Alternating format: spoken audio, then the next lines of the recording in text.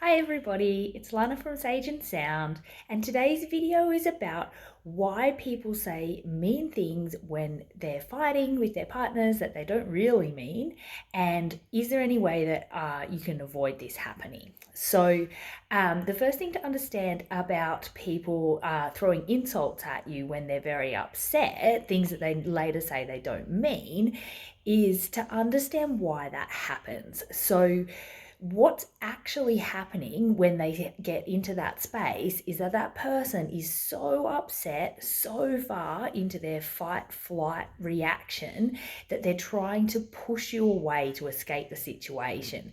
Often the tone of the comments and the way they're said makes us think that the person wants to fight, and our instinct can be to fight back, to throw some insults back at them. But what's actually going on is the person is trying to escape the situation.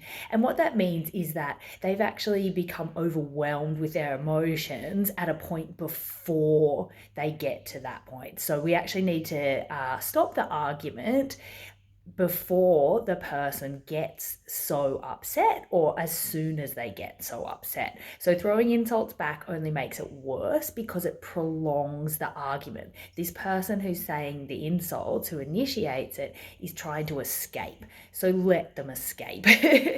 The best way to prevent this happening is to be able to talk to your partner about taking time out when you fight. Basically, if a person is feeling overwhelmed by their emotions, if they're aware of that, and if they're not, as soon as you can hear that they're insulting you, or even things like raising their voice and not being able to lower it, that means that they're really into their fight flight reaction. The stress response is in full swing in their body, and that makes a whole lot of different physiological changes. But the most important one to know about in the context of this is that the blood flow in their brain has been redirected from the cognitive, logical, rational, this front part of our brain here, and back into the emotion center, which means that all their behaviors and actions are driven by emotions in fight and flight. That's anger or fear. So by the time someone gets to that point, you can't have a logical conversation with them. There is literally no point at that point to continuing, which is why it's helpful to develop a signal that both of you understand that just says we need to stop. It can be as simple as something like do a T for timeout, say timeout. It can be a stupid word like banana, that as long as you guys agree on it beforehand. Throwing something like banana into an argument also kind of just confuses people and lightens the mood a little bit. Whatever you decide is fine to use, but it's a signal at that point that you both need to stop. If you don't develop this with your partner, you can still choose to stop the argument at any point that you think your partner's too upset to continue anyway. And hopefully they will also be able to listen to you saying, I need a break, and take a break. At that point, what you both need to do is to take some space from each other and work really hard on calming yourself down. So the fight flight stress response takes a minimum of 20 minutes to come back down to a place where you're calm enough and that blood flow in your brain has changed enough that you might be able to talk rationally. For some people it takes longer than that, and the most important factor that decides how long it's going to take is, do you keep thinking about the argument, or do you keep thinking about other negative things about your partner once you've taken the time out? So if you go away and you continue to replay negativity in your head, you will just continue to reactivate the stress response in your body.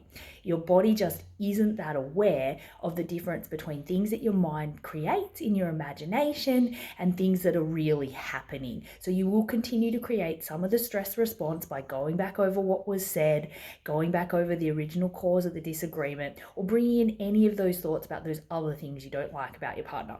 So the goal when you go away from the argument is to escape that kind of thinking and to work on self-soothing, bringing your own self back down to your calmest, most rational place.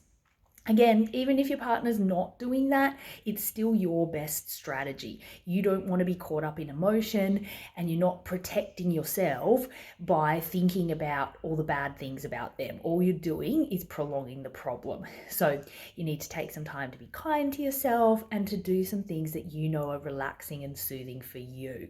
A lot of people find a walk is really helpful, slowing your breathing down. It might be distracting yourself with a book or watching TV show, but anything where you're no longer thinking about the situation is key.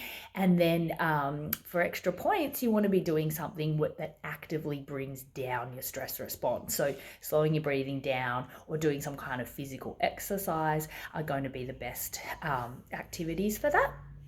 And then once you have been able to calm yourself down, your partner's calm, that's when you can then go back in and have another go at going through the original cause of the disagreement.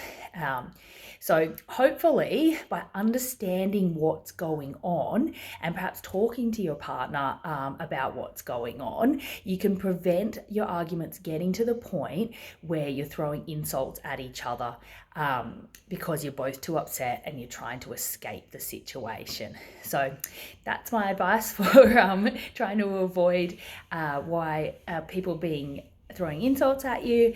And even if you can't avoid it, if you understand it, it can help you take those things to heart less.